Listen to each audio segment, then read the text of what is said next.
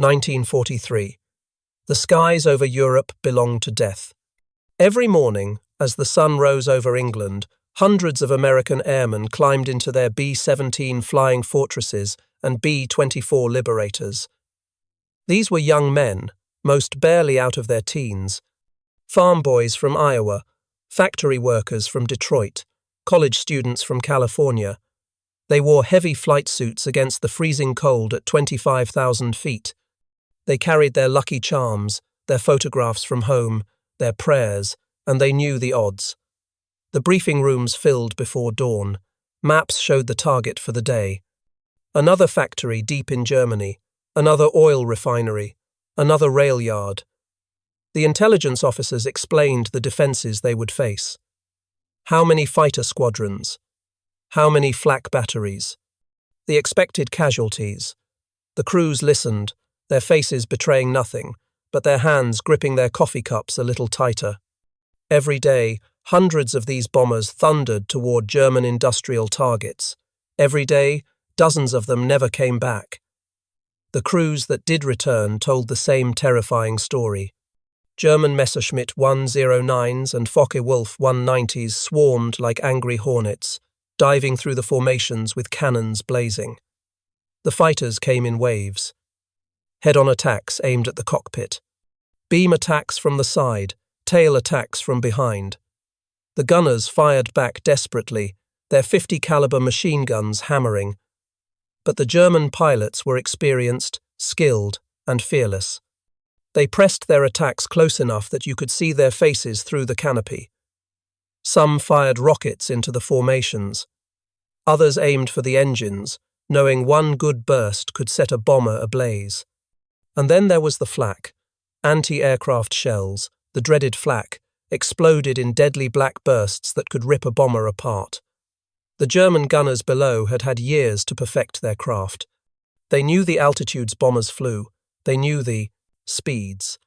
They knew how to lead a target. The shells burst at precise altitudes, sending shrapnel in all directions. A bomber flying straight and level on its bomb run was an easy target. The crews could hear the shrapnel hitting their aircraft, like hail on a tin roof. Ping, ping, ping. Sometimes a piece would tear through the fuselage, missing a man's head by inches. Sometimes it would not miss. The sky itself seemed designed to kill them. Each bomber carried a crew of 10 men. A pilot and co-pilot sitting side by side in the cockpit, fighting the heavy controls through flak and fighter attacks. A navigator hunched over his charts and instruments, calculating courses and trying to get them home. A bombardier lying prone in the nose, guiding the plane on the bomb run, the most dangerous minutes of any mission. A flight engineer who also manned the top turret gun. A radio operator who kept contact with base and also served as a waist gunner. A ball turret gunner curled in his tiny sphere beneath the fuselage, spinning to track fighters attacking from below. 2 waist gunners on either side of the fuselage, firing through open windows at 40 below zero. A tail gunner sitting alone at the rear, watching for fighters coming from behind, the most dangerous position of all, 10 men. They worked together, fought together, trusted each other with their lives, and all too often died together. When a bomber went down, it usually took all 10 men with it. Some managed to bail out before the aircraft exploded or broke apart. They became prisoners of war if they were lucky. If they were unlucky, they were shot while parachuting down or were captured and executed by angry civilians. Most never made it out of the aircraft at all.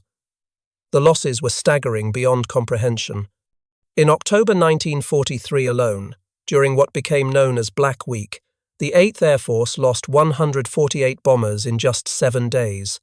7 days. October 8th through October 14th, Bremen, Anklam, Marienburg, Münster, and finally, on October 14th, the second raid on Schweinfurt, Black Thursday. On that single day, 60 B-17s were shot down in combat.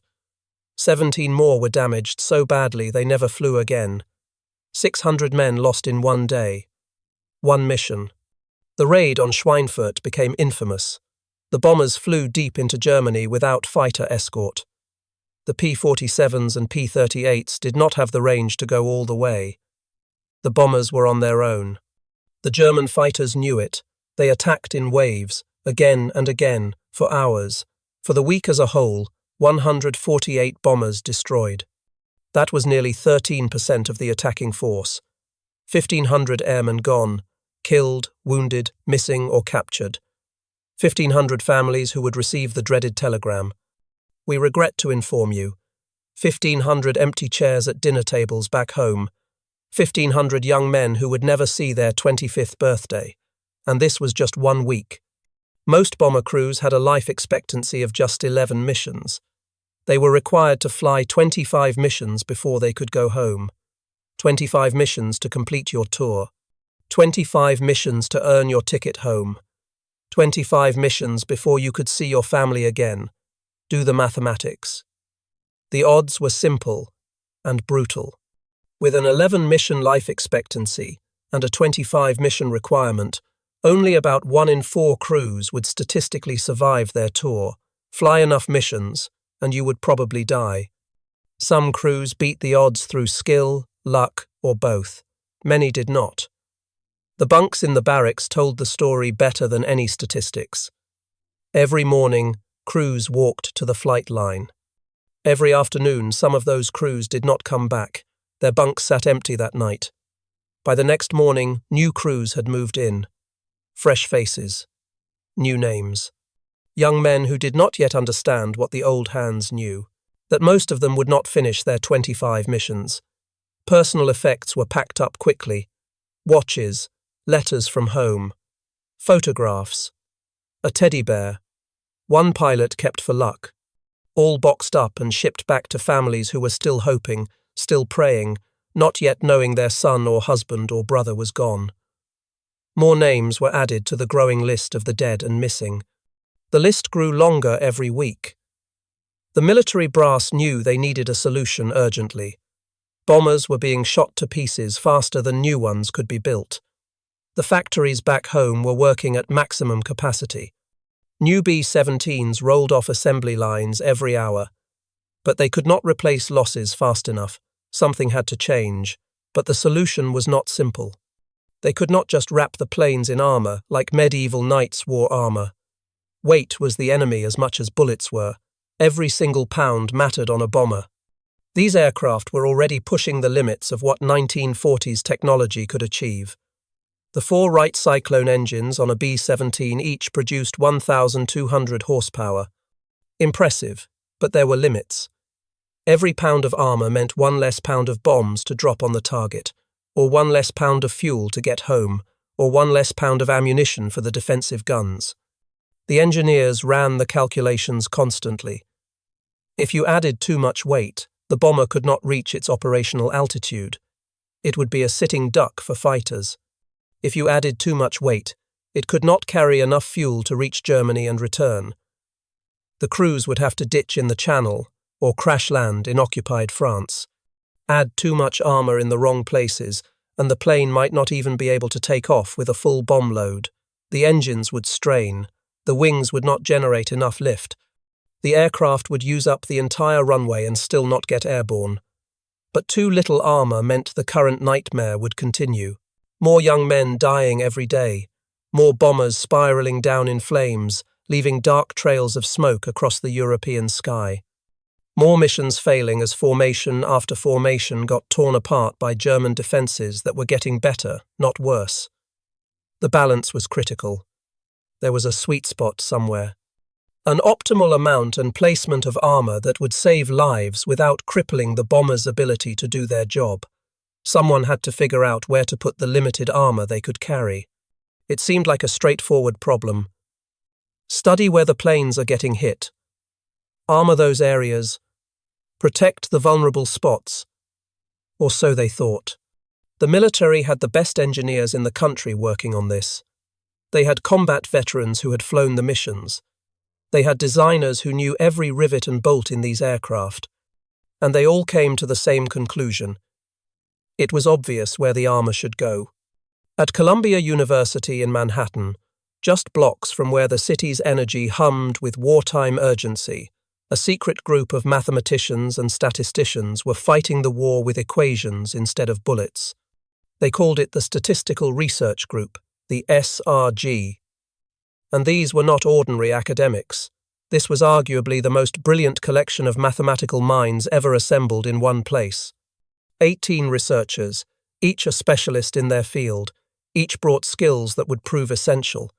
The atmosphere was unlike anything in peacetime academia. There was urgency. Every problem they solved could save lives. Every delay could mean more deaths.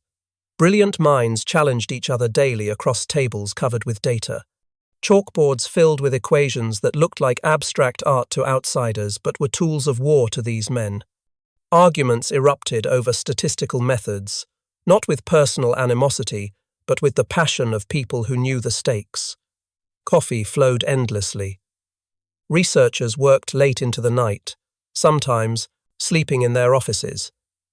This was not the ivory tower of peacetime academia where problems could wait for publication next year. This was war work. Urgent, vital, classified.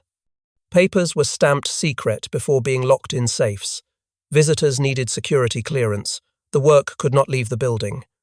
Future Nobel Prize winners worked side by side with the founders of modern statistics. Names like Milton Friedman, who joined as associate director in 1943 and would later revolutionize economic theory. Harold Hotelling, one of the 3 charter members who helped establish the group, already a legend in mathematical statistics. W. Alan Wallace, who directed the daily research operations and kept the work focused on practical military problems. And working alongside these luminaries was a quiet refugee from Austria who had escaped the Nazis by the narrowest of margins. A man who thought differently, who saw patterns others missed, who asked questions others never thought to ask. His name was Abraham Wald. The SRG was part of the Applied Mathematics Panel, supported by the National Defense Research Committee. America was throwing everything it had at winning this war, including its intellectual firepower. The SRG worked on hundreds of problems across all branches of military operations. Optimal pursuit curves for torpedoes, quality control for rocket fuel, sequential testing for ammunition. The work was diverse, technical, and critically important. Born on October 31, 1902, in Kolosvar, Transylvania, then part of the Kingdom of Hungary, Abraham Wald grew up in a world of multiple cultures and languages. The city, now called Cluj and part of Romania, was a melting pot where Hungarians, Romanians, Germans, and Jews all lived together. Multiple languages filled the streets. Markets bustled with traders speaking different tongues. It was a rich cultural environment, but Wald's family was defined by something more, important than language or culture. They were deeply religious, Orthodox Jews who followed the commandments strictly and lived by principles that set them apart. One of those commandments is keeping the Sabbath. From Friday evening when the first stars appear to Saturday evening when 3 stars can be seen, no work is permitted. No writing, no travelling, no cooking. And in the Orthodox interpretation that the Wald family followed, this includes attending school. The Hungarian school system had no flexibility on this point. Classes were held 6 days a week, including Saturdays. There was no exception for religious observance. No accommodation for Jewish students who wanted to honour the Sabbath. The government saw no reason to adjust for religious minorities. So Wald's parents faced an impossible choice. Violate their religious principles and send their son to school on Saturday, compromising the beliefs that defined their family. Or keep him home and educate him themselves, knowing that homeschooling was risky and uncertain. They chose the latter. They chose their faith over convenience. Abraham Wald was homeschooled by his parents and older siblings from early childhood all the way until he was ready for university. This could have been a disaster. Homeschooling in the early 1900s, without modern resources or curricular or support networks, was a tremendous gamble. Many homeschooled children fell far behind their peers. Some never caught up. But Wald's parents were not ordinary people, and they did not give their son an ordinary education. His father and older siblings gave him a rigorous, demanding education that would have challenged students in the best schools. Mathematics, where young Abraham showed immediate talent and fascination. Sciences, taught with whatever books and equipment they could obtain. Languages, essential in their multilingual city. Philosophy and logic, training his mind to think clearly and argue precisely. Religious studies, maintaining their traditions. The education was intense, focused, and tailored to one brilliant student who absorbed everything they taught him. By the time he was ready for university, Wald had not just kept pace with formally schooled students, he had surpassed them. He had mastered material that most students struggled with. More importantly, he had learned to learn independently, to solve problems without a teacher guiding every step, to think for himself. These skills would prove more valuable than any conventional schooling could have provided. In 1923, at age 20, Wald enrolled at King Ferdinand I University in Cluj to study mathematics. The university recognized his preparation immediately. He excelled in every course. He graduated in 1928 with distinction. Then he made the decision that would shape his career. He moved to Vienna, the intellectual capital of Central Europe, to pursue his doctorate. He studied at the University of Vienna under the supervision of Carl Menger, himself a legendary mathematician who was pioneering new fields. Wald earned his doctorate in 1931 with a dissertation on geometry that showed remarkable originality. He was 28 years old. He was brilliant, creative, capable of seeing connections others missed. Any university in Europe would have been fortunate to have him on their faculty. He should have had offers from multiple institutions competing for his talents. But this was Vienna in the 1930s. This was Europe sliding toward catastrophe. Anti-Semitism was rising across the continent like a dark tide. Jewish scholars, no matter how talented or accomplished, faced systematic barriers to academic positions. Universities had quotas limiting Jewish faculty. Departments openly refused to hire Jews. The old academic establishment saw Jews as outsiders, as threats, as unworthy regardless of their abilities. Abraham Wald, despite his doctorate, despite his brilliance, despite his promise, could not get a university appointment. He applied. He was rejected. He applied again, rejected again. Not because his work was inadequate, because he was Jewish. So instead of teaching and researching at a university, he worked as a mathematics tutor to Karl Schlesinger, a wealthy banker. It was steady work, it paid reasonably well, but it was a waste of extraordinary talent. Later, Oskar Morgenstern, director of the Austrian Institute for Business Cycle Research, recognized Wald's abilities and created an economics position for him. This was not charity. Morgenstern knew talent when he saw it. Wald began applying his mathematical skills to economic problems, bringing the same rigor and creativity to a new field that he had brought to geometry. He was making contributions, publishing papers, building a reputation among economists, but he was still shut out of academia proper, still unable to get the university position his abilities deserved. Then came March 1938, the Anschluss, the annexation, the catastrophe that Austrian Jews had feared but hoped might never come. Nazi Germany, emboldened by years of conquest and expansion, turned its attention to Austria.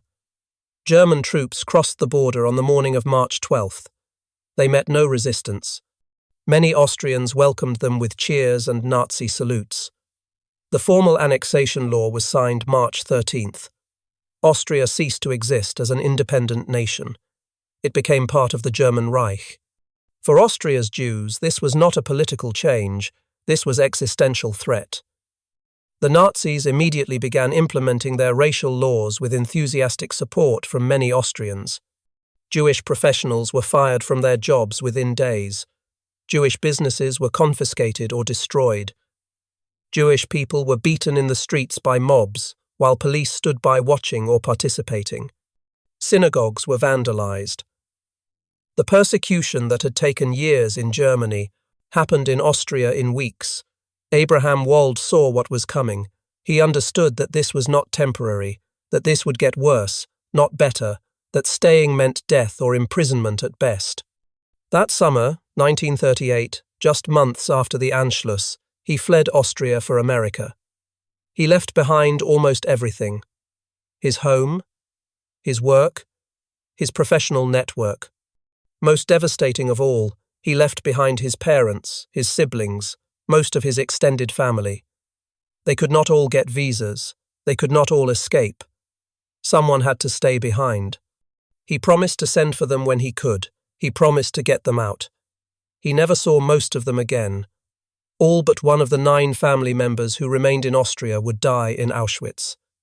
His parents, his siblings, people he loved, people who had educated him and shaped him and believed in him, gone into the machinery of genocide. And Abraham Wald, safe in America, would carry that survivor's guilt for the rest of his life. In 1938, Wald was invited by the Cowles Commission for Research in Economics, then located in Colorado Springs, Colorado. He briefly served as a research fellow there. By September 1938, he had moved to Columbia University in New York as a Carnegie Corporation Fellow under Harold Hotelling. This was Wald's home for the rest of his career. He became an associate professor, then a full professor. He joined the faculty permanently. He was finally, after years of discrimination and displacement, where he belonged, teaching, researching, creating new mathematics. When World War II began, America mobilized not just its factories and armies, but its minds. The Statistical Research Group was established at Columbia University, with charter members formally recognized July 1, 1942. It operated through 1945. 18 researchers worked there, supported by approximately 30 young women who handled the computing work, mostly mathematics graduates from Hunter and Vassar colleges. The SRG tackled problems that could save lives, and one of the most urgent was the bomber problem. Allied bombers were being destroyed at an unsustainable rate. The military needed to know where to add armor. The question seemed simple. Where are the planes getting hit? Armor those spots. Engineers examined hundreds of bombers returning from missions over Europe. They met each bomber as it landed. Before the crews could even debrief, technical crews swarmed over the aircraft with clipboards and cameras. They carefully documented every bullet hole, every piece of shrapnel damage, every torn piece of aluminum, every damaged system. They measured the holes. They recorded the locations precisely. They photographed the damage from multiple angles. Back at headquarters, they compiled this data into detailed diagrams. Silhouettes of B-17s and B-24s, covered with dots representing damage. Each dot marked where a bullet or piece of shrapnel had struck. After examining hundreds of aircraft, patterns emerged clearly. The data was consistent across different bomb groups, different targets, different missions. The fuselage showed heavy damage, holes everywhere, some small from machine gun fire, some large from cannon shells. The wings showed heavy damage, particularly the areas near the fuselage. The control surfaces, the ailerons and elevators, were often peppered with holes. The tail sections showed heavy damage. Both the vertical stabilizer and the horizontal stabilizers had taken beating after beating, but the engines, relatively little damage. Oh, there were some hits, but far fewer than the fuselage or wings. The data was clear on this point. The cockpit, not much damage either. Some hits, but nothing like what the fuselage sustained. The fuel systems? Surprisingly clean. The fuel tanks showed less damage than expected. The engineers compiled their statistics. They created bar charts and diagrams. They calculated the percentage of returning aircraft with damage to each area. The fuselage, wings and tail topped the charts. The engines, cockpit, and fuel systems were at the bottom. The conclusion seemed obvious. Completely, utterly obvious. Add armor to the parts taking the most hits. Reinforce the fuselage where the majority of damage occurred. Strengthen the wings that were getting torn up by fighters. Protect the tail section that showed consistent damage. These were the vulnerable areas.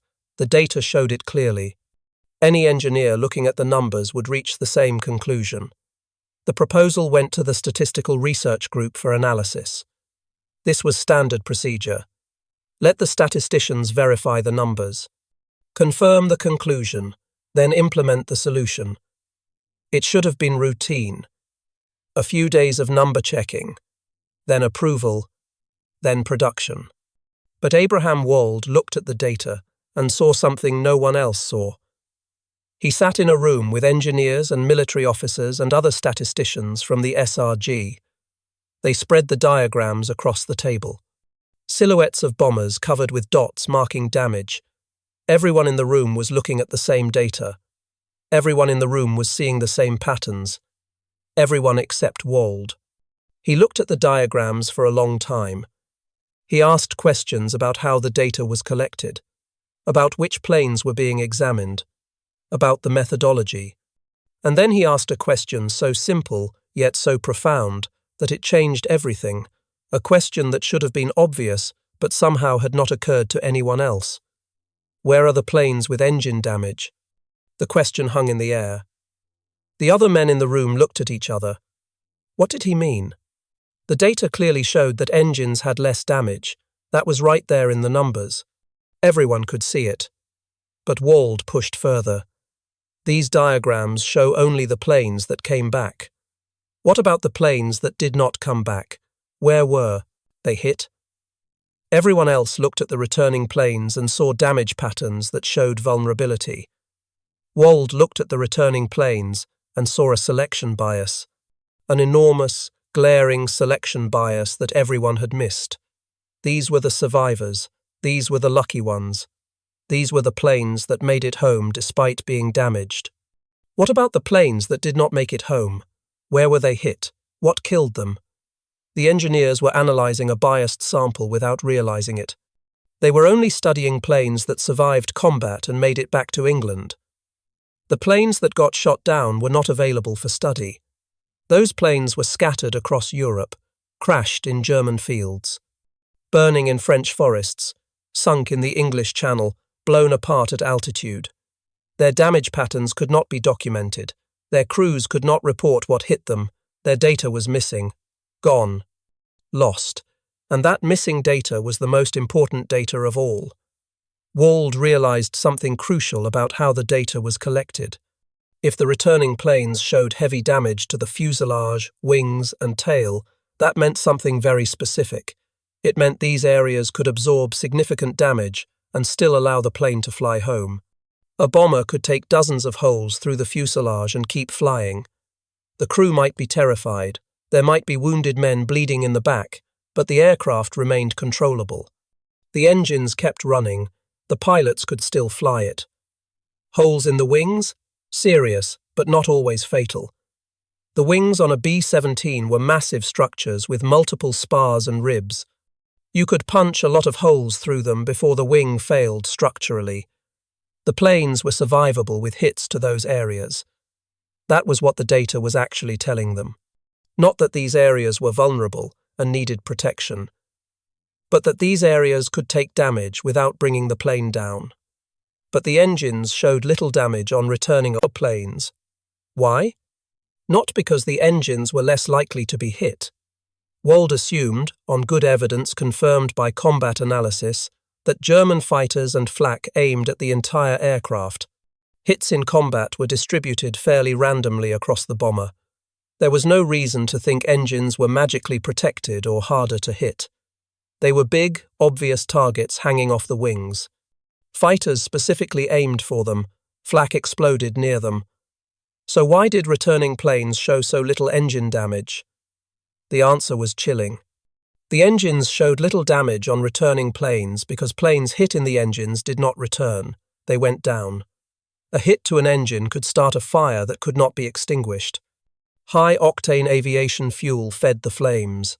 The fire spread. The engine broke apart, pieces flying off, maybe damaging the wing or starting more fires. Or the hit destroyed the engine outright, stopping it instantly. With one engine gone, the pilot could maybe limp home if they were close. With two engines gone on the same wing, the plane became uncontrollable. It rolled over and dove into the ground. The same logic applied to the cockpit. Few returning planes showed damage to the cockpit area. Not because it was a small or protected target. The cockpit was right up front where fighters loved to make head-on attacks. The entire nose of the bomber was glazed with clear panels. Fighters could see the pilots sitting there. They aimed for them specifically, trying to kill the crew that controlled the aircraft. So why did returning planes show limited cockpit damage? Because when the cockpit took a direct hit, when bullets ripped through and killed the pilot and co-pilot, or wounded them so badly they could not fly, the plane did not come home. It crashed. The crew died. The fuel systems showed the same pattern. The fuel tanks held hundreds of gallons of high-octane aviation fuel. One tracer round, one incendiary shell, one piece of hot shrapnel hitting a fuel tank could turn the entire bomber into a flying torch. Crews called it cooking off. The plane would light up, flames spreading instantly through the fuel vapor. The crew had seconds to bail out if they were lucky. Most were not lucky, so planes with severe fuel system damage did not make it back to England. They burned over Germany, or limped part way and crashed in the Channel. The absence of engine damage on surviving planes was not evidence that engines were safe. It was evidence that engine damage was fatal. The absence of cockpit damage on surviving planes was not evidence that cockpits were well protected. It was evidence that cockpit damage killed the crew and doomed the plane. The absence of fuel system damage on surviving planes was not evidence that fuel tanks were secure. It was evidence that damaged fuel systems led to catastrophic fires. Wald's analysis identified a profound statistical principle that would later become known as survivorship bias. When you study only survivors, you miss the most important information: the failures, the casualties, the ones who did not make it, and those missing cases often have the most to teach you. They are absent from your sample, not randomly, but for systematic reasons related to the very thing you are trying to understand. The implications were enormous not just for bomber armor, but for how data should be analyzed in any field. Every time you collect data, you must ask yourself, what process determined which data points I can see? What selection mechanism created my sample? What am I unable to observe, and why? The data you can collect is shaped by survival, by success, by whatever process filtered out the failures. And that filtering process contains crucial information. His conclusion was stark and counterintuitive. The data suggested that armor should not go on the parts with the most damage on returning planes. It should go on the parts with the least damage on returning planes: the engines, the cockpit, the fuel systems. The parts that, when hit, prevented planes from coming home at all. If a plane could survive hits to the fuselage and still fly home, the fuselage was not the critical vulnerability. But if planes hit in the engines never came home, then engines were the critical vulnerability. This was backwards from what everyone expected. It contradicted the obvious interpretation of the visible data. But Wald was right. The engineers had been about to make a catastrophic mistake. They were about to armor exactly the wrong parts of the aircraft. They would have added weight to areas that were already survivable, while leaving the truly vulnerable areas unprotected. Bombers would have been heavier, able to carry less fuel and bombs, and no safer than before. More crews would have died, all because no one had thought to ask about the missing data. Wald wrote 8 technical memoranda for the SRG analyzing damage distribution on aircraft. These were not simple documents. They were severely technical, filled with equations and statistical proofs. He developed mathematical methods to estimate damage distribution for all aircraft, including the ones shot down, using only data from survivors. This required sophisticated statistical inference. He had to work backwards from biased data to infer what the complete, unbiased data would look like. His papers were classified during the war for security reasons. The enemy could not know how American operational research was improving bomber survivability. The documents remained classified for decades after the war ended. They were finally declassified in the late 1970s. In 1980, the Center for Naval Analyses published Wald's complete wartime memoranda. Researchers could finally examine the original work in detail. The SRG operated under a specific policy that shaped how Wald presented his findings. They were analysts, not military commanders. Their job was to analyze data and answer the questions they were asked. They did not make explicit military recommendations about implementation. That was for military command to decide based on the analysis. So Wald's memoranda present the statistical analysis and show what the data implies. But they stop short of saying, you must do this specific thing. The implications were clear to anyone who read them. But the final decisions belonged to the military officers who understood aircraft design, production constraints, and operational requirements. The military used Wald's statistical methods through the rest of World War II. His approach to analyzing battle damage became standard procedure. The principle he established became embedded in military operational research for decades to come. Question your sample selection. Think about the missing data. Consider what you cannot see. Ask why certain data is available and other data is not. His work was used in the Korean War when new aircraft needed armor assessment. It was used in the Vietnam War when helicopter survivability became critical. It was used every time the military had to decide how to protect aircraft, vehicles, or personnel. The methods were taught at military academies and war colleges. Officers learned to think like Wald, to see not just the data in front of them, but the invisible data hidden by survivorship. But Wald's contribution went far beyond bomber armor. He had identified one of the most important concepts in statistics and critical thinking, survivorship bias. The systematic error that occurs when you study only successes, only survivors, only winners, and forget that the failures have information too. Perhaps the most important information. This insight applies far beyond military operations. In business, we study successful companies and read case studies about winning strategies. But we rarely examine the thousands of companies that tried identical strategies and failed. They went bankrupt, they closed. They are not here to tell their stories. We see only the survivors and draw conclusions from incomplete data. In medicine, clinical studies can suffer from survivorship bias. If you only study patients who survive to reach the hospital, you miss the most severe cases, the ones who died before arrival. This leads to underestimating the deadliness of conditions and wrong conclusions about which treatments work best. In finance, mutual funds that close due to poor performance disappear from historical comparisons. When you evaluate average mutual fund returns, you only see the funds that survived. The failures are not in the data. This inflates performance statistics and misleads investors. Abraham Wald taught us to ask the uncomfortable question: what am I not seeing? What data is missing? What failures am I ignoring because they are not here to be counted? These questions require us to imagine what is not there, to think about the invisible, to remember that absence of evidence is not evidence of absence. This requires double vision. You have to look at what is in front of you and simultaneously imagine what is not there. You have to analyze the data you have while also analyzing the data you do not have. Most people cannot do this naturally. Wald could. After the war, Wald continued his groundbreaking work at Columbia.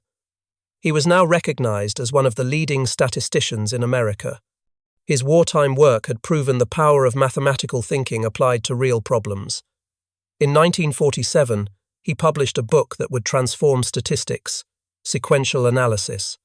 This work grew directly from his wartime research. The methodology was initially classified because of its military applications. But after the war ended, Wald refined and expanded his ideas into a complete theoretical framework. The book, published by John Wiley and Sons in New York and Chapman and Hall in London, revolutionized how scientists and engineers design experiments and make decisions. Traditional statistical methods required you to decide your sample size in advance. You would test exactly 100 subjects or measure exactly 1,000 parts, then analyze all the results at once. This approach wasted resources. Sometimes you could reach a confident conclusion with far less data, but the traditional methods forced you to collect the entire predetermined sample anyway. Wald showed how you could make reliable decisions with less data by analyzing results as they came in. You could stop collecting data when you had enough evidence to make a decision with confidence. This saved time. It saved money. It saved materials. And in medical trials, it saved lives by allowing effective treatments to be identified faster and harmful treatments to be stopped sooner. The methodology he developed became standard across countless fields: medical trials testing new drugs, quality control in manufacturing, industrial testing of materials. Anywhere decisions must be made with uncertain information and the cost of data collection matters, Wald's sequential analysis changed how the work was done. By 1950, Abraham Wald had become one of the most respected statisticians in the world. He had transformed multiple fields. He had trained a generation of students who would carry his methods forward. He had proven that pure mathematical thinking could solve real-world problems and save lives. That year, the Indian government invited him to lecture on statistics. Wald was scheduled to address the Indian Science Congress in Bangalore and visit the Indian Statistical Institute in Calcutta. He arrived in India in November 1950 with his wife, Lucille. Their two children, Betty and Robert, remained home in the United States. The trip was scheduled for a few months. Wald expected to return to Colombia in mid-February. December 13, 1950. Wald and his wife boarded an Air India flight, a Douglas C-47, registration VTCFK. The plane was flying from Bombay to Trivandrum with a stop in Madras. It was a scheduled commercial flight, routine and safe. But something went wrong over southern India. Near the town of Kotagiri in the Nilgiri Mountains, the plane flew into the side of a mountain. Navigation error. The pilots did not see the terrain until too late. The aircraft crashed in a rocky valley below Rangaswamy Peak, approximately 8 miles from Kotagiri at 6,000 feet elevation. All 21 people aboard died instantly. 17 passengers, 4 crew. The wreckage was not found for a week. The terrain was so difficult that bodies could not be removed. They were laid to rest at the crash site. Abraham Wald was 48 years old.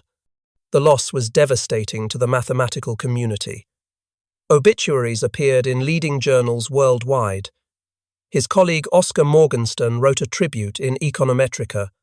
The Indian Statistical Institute held a memorial service. Columbia University mourned one of its brightest minds. His legacy, though, would prove immortal. His papers from World War II continued to influence military strategy for decades. Every time the military had to make decisions about armoring vehicles or aircraft, they consulted Wald's work. His methods were taught at military academies and war colleges. His concept of survivorship bias became one of the most important ideas in statistics, decision theory, and critical thinking. It is now a standard topic in statistics, education, business schools, medical training, and social sciences. Everywhere people need to understand how biased samples can lead them astray. Today, more than 70 years after Wald did his analysis, survivorship bias affects how we understand success and failure across countless domains. When we study winners, we must remember the losers who are not there to study. When we analyze survivors, we must think about those who did not survive. When we see data, we must ask what data is missing. In business, survivorship bias creates a completely false picture of what strategies work. We study successful companies and read case studies about their brilliant decisions. We learn from CEOs who took bold risks and won big. But for every CEO whose risk-taking led to billions, there were dozens whose identical risk-taking led to bankruptcy. Those failed CEOs do not write memoirs. They do not give speeches. Their companies are gone. They are the missing planes. And because we only study the survivors, we conclude that their strategies must work, never realizing that survivorship bias is hiding all the failures. In medicine, clinical studies that only examine patients who survived to reach the hospital miss the most severe cases. The patients who died before arrival are not in the data. This leads to systematically underestimating how dangerous conditions are and reaching wrong conclusions about which treatments work best. Hospital-based studies see a biased sample, the survivors, just like Wald's engineers studying returning bombers. In finance, mutual funds that close due to poor performance disappear from historical comparisons. When you evaluate average fund returns, you only see funds that survived. The failures are not there anymore. This inflates performance statistics by an estimated 1 to 2% per year. Compounded over decades, this makes an enormous difference to retirement savings. Every success story hides untold failures. Every survivor represents many who did not survive. Every data point you can see exists alongside countless data points you cannot see. Wald taught us a way of thinking that goes beyond bomber armor. He taught us to question our samples, to ask whether what we observe is representative or biased, to consider selection effects, to think about what process generated the data we have access to and what that process might be hiding. In 1943, young men climbed into bombers every morning, not knowing if they would see another sunset. The military looked at bullet holes and saw obvious solutions. They saw damaged fuselages and wings and tails. The data seemed clear. The conclusion appeared obvious. They were about to armor exactly the wrong parts of their aircraft. But Abraham Wald looked at the same data and saw something different. He saw the planes that were not there. He saw the missing bullet holes. He saw the invisible truth hiding in plain sight. He asked the question no one else thought to ask. Where are the planes with engine damage? Why are they not here? What does their absence tell us? It was not magic. It was disciplined thinking. It was rigorous mathematics, applied with creativity and insight. It was the willingness to question assumptions everyone else took for granted. And because he looked beyond the obvious, because he questioned what everyone accepted, because he asked about what was missing instead of just analyzing what was present, his insight helped protect American airmen flying into danger, not through advanced weapons, not through better tactics, but through clear thinking, through asking the right question.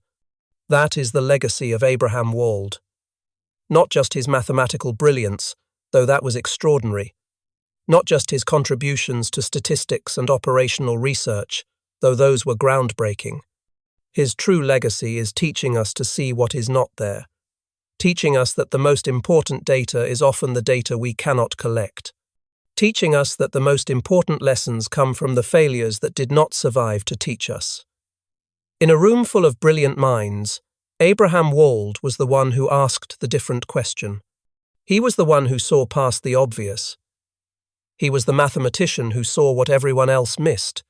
And in seeing it, in that one crucial insight about missing data and survivorship bias, he changed how we think about evidence. He gave us a tool for avoiding systematic errors in reasoning. He taught us that sometimes the most important thing in the room is the thing that is not there. The bullet holes were on the planes that came back. But the lesson, the profound and lasting lesson, was in the planes that did not. In the missing data. In the invisible evidence. Abraham Wald taught us to look for the missing planes, to ask about what is not there, to see the invisible. And that lesson continues to save lives more than 70 years later.